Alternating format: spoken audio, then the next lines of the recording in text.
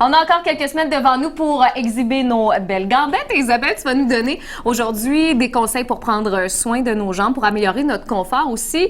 Et étonnamment, ça commence par notre façon de nous laver. Effectivement. Je me lave pas de la bonne façon, ça a l'air. Bon, ben, un petit détail. Mais non, ça commence en fait avec la température de l'eau. Donc, il faut faire attention à l'eau qui est trop chaude. Et aussi, il faut faire attention à la façon dont on se lave. Monsieur Newton a fait une découverte il y a plusieurs années qui s'appelle la gravité et qui fait tout descendre vers le bas. Donc, quand déjà on prend notre douche ou notre bain, on va faire attention de remonter vers le haut du corps et non pas de se laver en descendant. Donc, on va avec des petits gestes, avec une légère pression, un petit geste circulaire, faire remonter la circulation sanguine et on remonte, on part des extrémités et on revient vers le centre du corps. Donc, des pieds jusque vers le haut. C'est en plein ça pour favoriser en fait le retour veineux et favoriser le retour de la lymphe aussi vers les ganglions. Donc, on va noter qu'on va avoir les mains et les pieds moins enflés. Et ça va favoriser aussi l'élimination des toxines.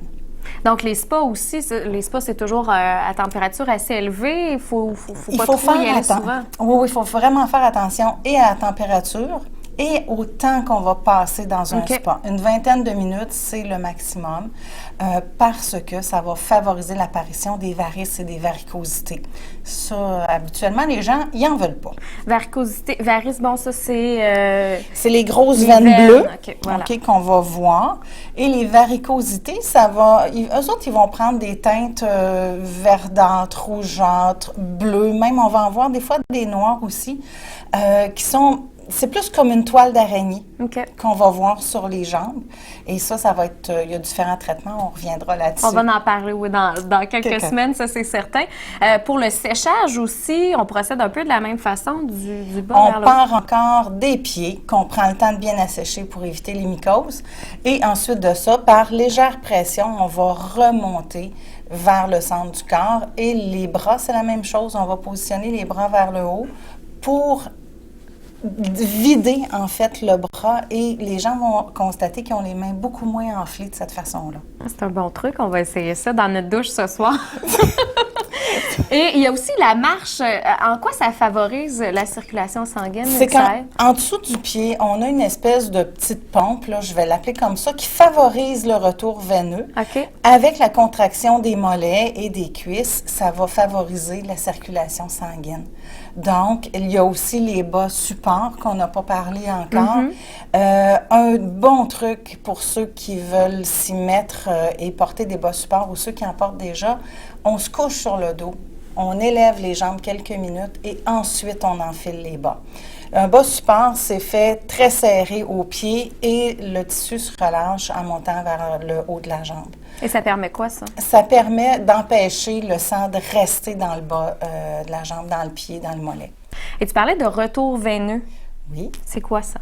C'est le sang qui doit revenir vers les poumons et le cœur pour être réoxygéné et qui doit repartir dans le corps. Donc, c'est la circulation. C'est la circulation sanguine. Donc, on a parlé de bas support. Tu nous suggérais aussi d'élever nos jambes? Oui, quand on travaille debout ou qu'il y a des journées très chaudes l'été, lever nos jambes, là. Tu sais, on arrive de travailler, on se couche un petit peu sur le sofa, les jambes légèrement élevées. On écoute la télé, ça se fait bien. Quelques minutes.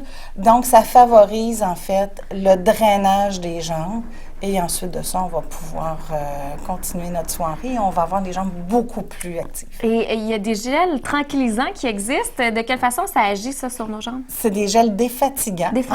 En fait, qui contiennent plusieurs ingrédients, mais qui vont avoir comme effet de venir faire contracter les micro-vaisseaux, qui vont nous donner, en fait, un effet de fraîcheur aux pieds et aux jambes et qui vont venir contracter les vaisseaux sanguins, donc retourner le sang vers le haut du corps.